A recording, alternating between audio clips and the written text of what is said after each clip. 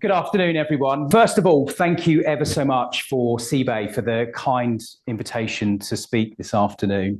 I'm delighted to follow in the footsteps of both Neil and Vera's highly inspiring presentation.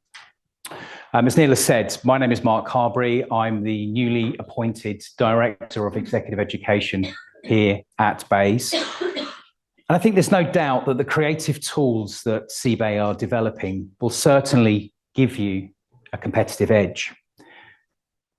But applying these tools with practical learning will help you to experience powerful and long-lasting change in your business. The tools that Neil and Vera have demonstrated today are designed to support a culture of creative thinking and innovative leadership. However, it is simply not enough to come up with brilliant solutions if the culture in your organization to support new ways of working and thinking isn't in place. And that's where, hopefully, I think we can help. So Neil and his colleagues at CBAE, together with the BAES Executive Education team, can offer a broader range of services from consulting to a variety of short programs to help companies evolve, adapt, and succeed in this fast-changing environment. So what exactly is Exec Ed? Well, essentially, it's one of a number of channels, along with undergraduate and postgraduate education, that allows the school to apply its teaching and research. So our teaching is delivered through three core faculties: management, finance, insurance, and also combines the output of the school's 17 research centres, which include the Centre for Creativity and Professional Practice and the Centre for Innovation and Disruption. Typically, we deliver short programmes to mid to senior level managers from corporate organisations, government, and other academic institutions. And we have a strong track record of delivering programmes to global clients. In addition, as we are the Business School of Business, Practice and the Professions, our highly practical and experiential programmes provide a unique blend of academic and practitioner-led delivery. So what does this all mean? Well, let me talk you through the way in which we develop our work. So our programmes apply a proven methodology through discovery, design, delivery, and the evaluation phase. The programmes are highly relevant and highly customised to align with your business requirements and supported by industry insights and cutting-edge research. Our programmes are inspirational and delivered by London business academics and industry practitioners. And our programmes provide impact, and they are effective and measurable against defined success matrix. So this allows us to deliver short programmes in a variety of subject-specific areas, such as innovation, entrepreneurship, corporate governance, etc., etc.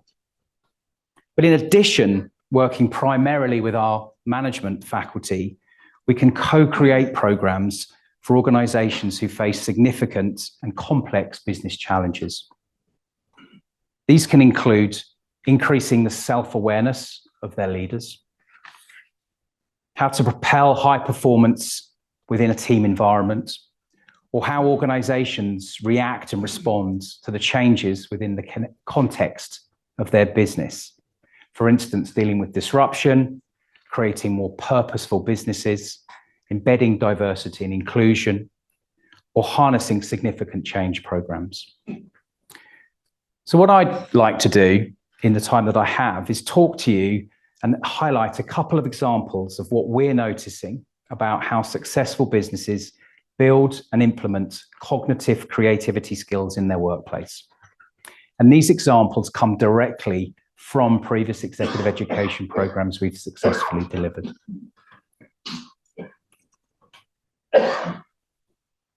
So the first, as part of a wider cultural change program for a leading digital transformation consultancy, It was identified that their current performance management system, an annual appraisal, was not only a distraction, but it was also having a negative impact on output. We looked at how to apply the human behavior to transform performance management to form a critical tool for future business success.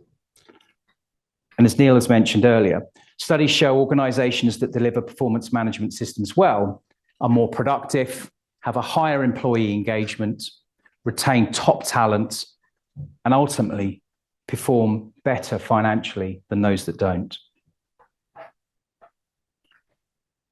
To get this right, we agreed that their business needed to ensure managers were equipped to create the ideal conditions for their team to ensure high performance. Science shows it's the human element which makes the difference.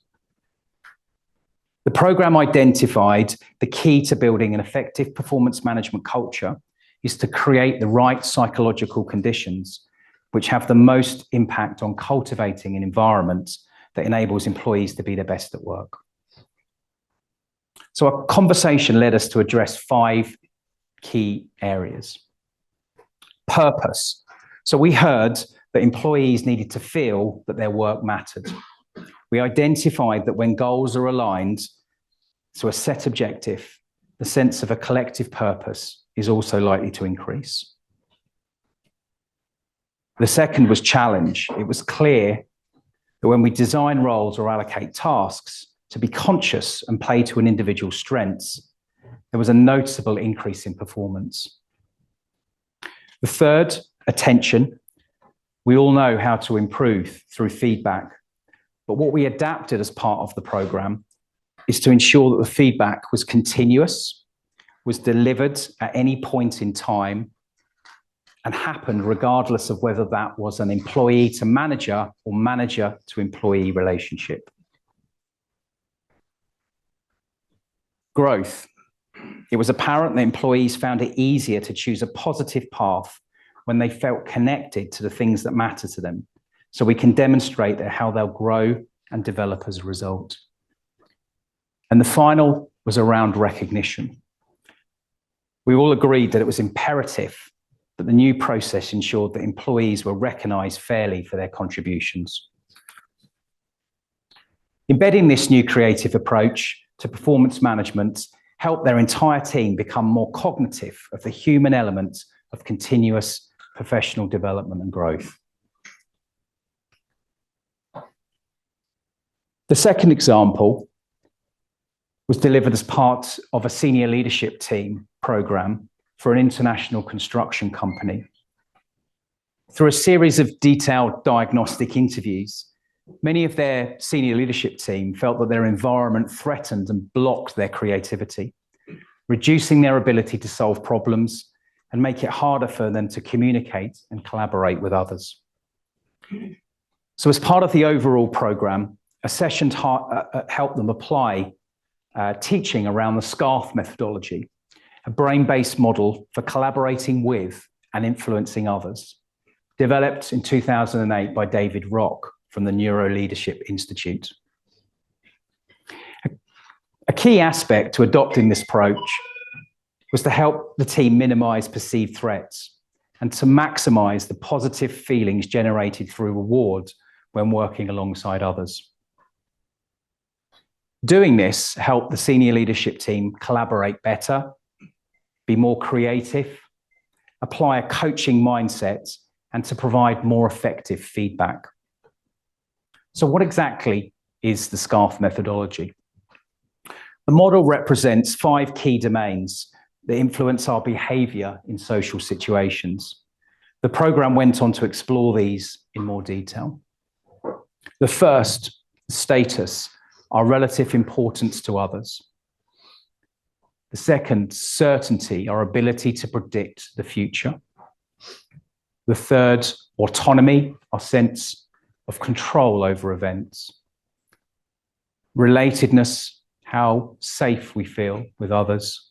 And the final, fairness, how fair we perceive the exchanges to be between people.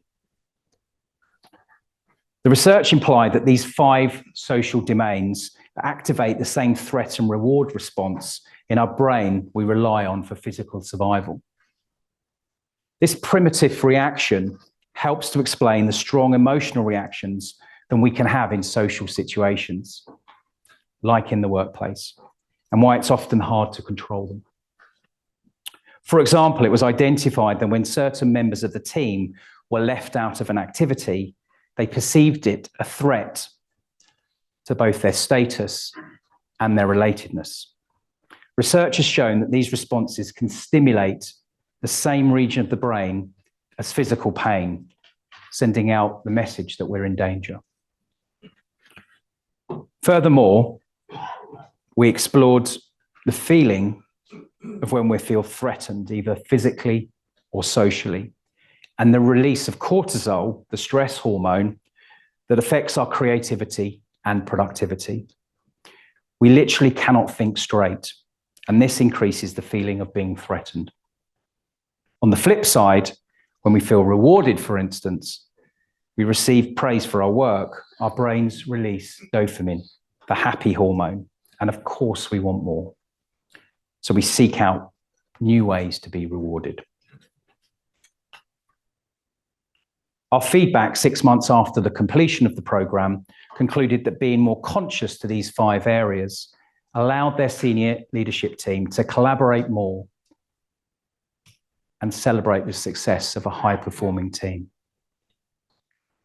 So I hope these 2 very quick examples give you perhaps a sense or a flavour of the type of content that we can integrate into our programs. And as both Neil and Vera demonstrated, AI is an impressive tool, a tool that is operated by humans. And as a leader, we'll need to invest in both humans and AI to really leverage this powerful new technology to its fullest potential. Just like to thank you for your attention, and if you'd like to hear more about the work that we're doing, I'd be delighted to speak over a drink in the lobby afterwards. Thank you very much.